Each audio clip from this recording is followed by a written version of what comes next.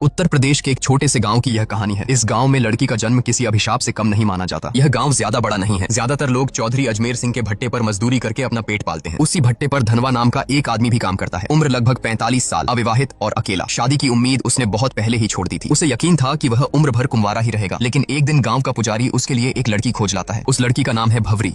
उम्र करीब 21-22 साल। गांव में लोग कहते हैं कि वह बड़ी मनहूस है। वजह भी अजीब है। अब तक उसकी 3 बार शादी तय हुई, लेकिन हर बार दूल्हा मौत के मुंह में चला गया। एक की मौत तो मंडप में ही हो गई, दूसरा रिश्ता कभी मुकाम तक पहुंचा ही नहीं, और तीसरा तो सबसे दर्दनाक, शादी के दिन ही दूल्हा घोड़े से गिरकर मर गया। भवरी की शादी में आए 5 खास लोग कहानी की असल परत खोलते हैं। पहला है चौधरी अजमेर सिंह, गाँव का सबसे बड़ा जमींदार और रोजगारदाता। दूसरा है उसका मैनेजर सौरभ, जो पहले मजदूर था लेकिन अब चौधरी का खास गुंडा बन चुका है। मजदूरों से हफ्ता वसूली करना और उन पर दबंगई दिखाना उसका काम है। तीसरा है गाँव का पंडित, धर्म के नाम पर ढोंग करना, पैसों के लिए तंत्र मंत्र रचाना और औरतों की इज्जत लूटना, यही उसका असली चरित्र है। चौथा है गांव का दुकानदार, जो उधार तो देता है लेकिन बदले में औरतों के जिस्म पर बुरी नजर डालता है। और पांचवा, सबसे खतरनाक, गांव का डॉक्टर, जिसे लोग भगवान का रूप मानते हैं लेकिन असल में वह इंसानियत का सबसे बड़ा गुनहगार है। भवरी की शादी में चौधरी के 2 छोटे भाई दया और गोपाल भी मौजूद हैं। दोनों ही अपने बड़े भाई पर गुस्सा निकाल रहे हैं कि उसने धनवा की शादी इतनी जवान और खूबसूरत लड़की से कैसे होने दी। ये दोनों गांव के छठे हुए बदमाश हैं। गांव में शायद ही कोई ऐसी लड़की बची हो जिस पर उनकी गंदी नजर न पड़ी हो। शादी वाले दिन जब पूरा गांव दावत में मस्त था, उसी रात चौधरी के दोनों भाई ने वह किया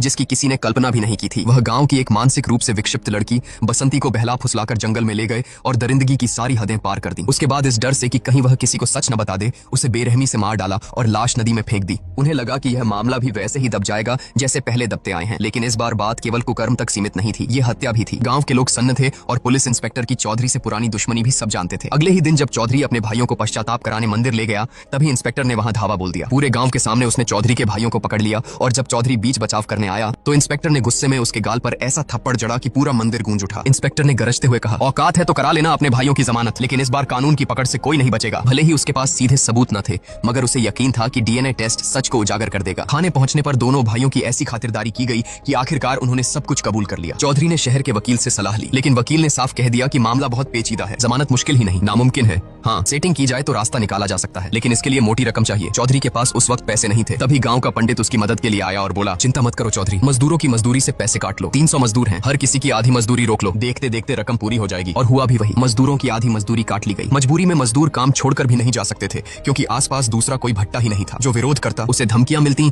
या उसकी कुंडली दिखाकर डराया जाता। गरीब मजदूरों की हालत बद से बदतर हो गई। बुधवार नाम का मजदूर अपने बीमार बेटे की दवा तक नहीं खरीद सका। आखिर उसकी पत्नी मालती को बेटे के इलाज के लिए गाँव के डॉक्टर के साथ सोना पड़ा। अगले दिन धनवा खुद अपनी बकाया मजदूरी मांगने चौधरी के पास गया। चौधरी ने बेहयाई से कहा, पैसे चाहिए तो अपनी औरत को भेज दे मेरे पास, मजदूरी पूरी मिल जाएगी। यह सुनकर धनवा भड़क उठा। उसने पलटकर कहा, ठीक है चौधरी, मैं 7 दिन की मजदूरी छोड़ देता हूँ, तुम अपनी बीवी को मेरे पास भेज दो। चौधरी इस जवाब से आग बबूला हो गया। उसने अपने लठैतों से मिलकर धनवा को बुरी तरह पिटवाया। हालांकि वह बच तो गया, लेकिन बुरी तरह घायल हो गया। डॉक्टर ने पट्टियां तो कर दी, पर जांच के बहाने उससे भी वसूली की फिराक में था। घर में खाने तक के लाले पड़ गए। तभी बुधवार की पत्नी स्कूल जाने वाली बच्ची को लेकर पंडित के पास पहुंची। पंडित ने कहा, इसका इलाज पूजा पाठ से होगा, रात को अकेले मंदिर आना होगा, और वह भी सिर्फ एक वस्त्र में। जब उसने यह बात अपने पति को बताई तो उसने गुस्से में कहा, अगर पूजा से बीमारी ठीक होती तो दुनिया में डॉक्टरों की जरूरत ही न पड़ती। पंडित के मन में क्या गंदगी पल रही है, मैं सब समझता हूँ, इस ढकोसले में मत पड़ना, बच्चा अपने आप ठीक हो जाएगा। उस रात पुजारी देर तक मंदिर में इंतजार करता रहा। गांव के लाला ने यह देखकर पंडित का मजाक उड़ाया। पंडित तिलमिला उठा। यह सुनकर डॉक्टर ने ठंडी सांस भरते हुए कहा, चिंता मत करो, अब देखना मैं क्या करता हूँ। अगले दिन डॉक्टर ने चौधरी की मदद से पंचायत बुलाई। पूरे गांव के सामने उसने हाथ में एक मेडिकल रिपोर्ट लहराई और बोला, गांव में महामारी फैलने वाली है और इस बीमारी का कारण है धनवा। लोग सन्न रह गए। बीमारी का नाम किसी ने सुना नहीं था, लेकिन रिपोर्ट देखकर सभी डर गए। गांव अनपढ़ और अंधविश्वासी था, इसलिए डॉक्टर और चौधरी का झूठ आसानी से सच मान लिया गया। भीड़ में खुसुर पुसुर होने लगी। नतीजा यही निकला कि धनवा को गांव से बाहर निकाल दिया गया। बेचारा धनवा गांव के बाहर एक टूटी फूटी झोपड़ी बनाकर रहने लगा। उसने भवरी को भी खुद से दूर कर दिया ताकि उसे भी ये बीमारी न लग जाए। भवरी अकेली पड़ गई। गांव में अब उसके लिए जीना और भी मुश्किल हो गया। काम की तलाश में उसने चौधरी के भट्टे का रुख किया, लेकिन वहां उसकी जिंदगी नरक से भी बदतर थी। मजदूरों और लठैतों की नजरें उसके जिस्म पर गिद्ध की तरह टिकी रहती। इसी दौरान मुंबई से एक जवान लड़का गांव आया। वह मजदूरों की हालत पर डॉक्यूमेंट्री बना रहा था। उसकी देखभाल का जिम्मा भवरी को दिया गया, खाना पकाना, सफाई करना। शूटिंग पूरी होने के दिन मूसलाधार बारिश हो रही थी। लड़के को छोड़ने जाते वक्त रास्ते में दोनों भीग गए और अंधेरे में एक दूसरे से लिपट गए। भवरी को लगा कि यह पल किसी ने नहीं देखा,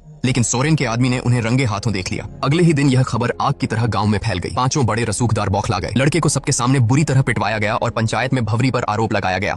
तमाशा देखने वालों में धनवा भी शामिल था। वह भवरी पर टूट पड़ा और बोला, तूने मुझे धोखा दिया है, अब हमारा कोई रिश्ता नहीं। अब भवरी पूरी तरह अकेली हो गई, न पति का सहारा न गांव का। दिन रात अपमान झेलने के बाद उसने वही रास्ता चुना जो गांव उसके सामने धकेल रहा था। उसने चौधरी और उसके चमचों को संदेश भेजा, अब मैं वही करूंगी जो तुम चाहते हो, लेकिन मेरी कीमत बाकी औरतों से 7 गुना होगी। पहले तो सबने इसे अनसुना किया, मगर रात गहराते ही 5 रसूखदार बारी बारी से उसके घर पहुंच गए। बोली लगनी शुरू हुई। आखिरकार सबसे मोटी रकम लेकर एक ने भवरी का यह धंधा शुरू किया और यहीं से गांव की हवस की भूखी भीड़ टूट पड़ी। भवरी अब गांव की लानत नहीं, गांव की सबसे महंगी औरत बन चुकी थी। डॉक्टर से लेकर पुजारी तक, चौधरी से लेकर मजदूरों तक, हर कोई उसके जिस्म का सौदा करने लगा। जो औरत अपने अधिकार के लिए लड़ सकती थी, वही अब पूरे गांव की हवस का खिलौना बन गई। अब गांव में यह सब आम सी बात हो गई थी। भवरी की इज्जत बिक चुकी थी और कोई रोकने टोकने वाला नहीं था। उधर चौधरी अपने भाइयों की जमानत के लिए वकील के पीछे भाग दौड़ कर रहा था, लेकिन किस्मत को कुछ और ही मंजूर था। पैसे देने के बावजूद तभी जज का तबादला हो गया और चौधरी का पैसा डूब गया। वकील ने नया उपाय सुझाया, बसंती की दादी से समझौता करा लो, केस वापस ले लेगी। चौधरी भारी मन से दादी के पास पहुंचा, मगर वहां उसे ऐसा सच सुनने को मिला जिसने उसकी रूह तक हिला दी। दादी ने कहा, बसंती तेरी ही बेटी थी। चौधरी का दिल धक से रह गया। असल में सालों पहले उसका एक अवैध रिश्ता था और उसी से बसंती पैदा हुई थी। वह भले ही दिमागी तौर पर कमजोर थी, लेकिन खून तो चौधरी का ही था। यह सच्चाई जानकर चौधरी भीतर से टूट गया। गहरी खामोशी और तनाव ने उसकी आत्मा को ही घेर लिया। वह किसी से बात नहीं करता, हर वक्त गुमसुम बैठा रहता और आखिरकार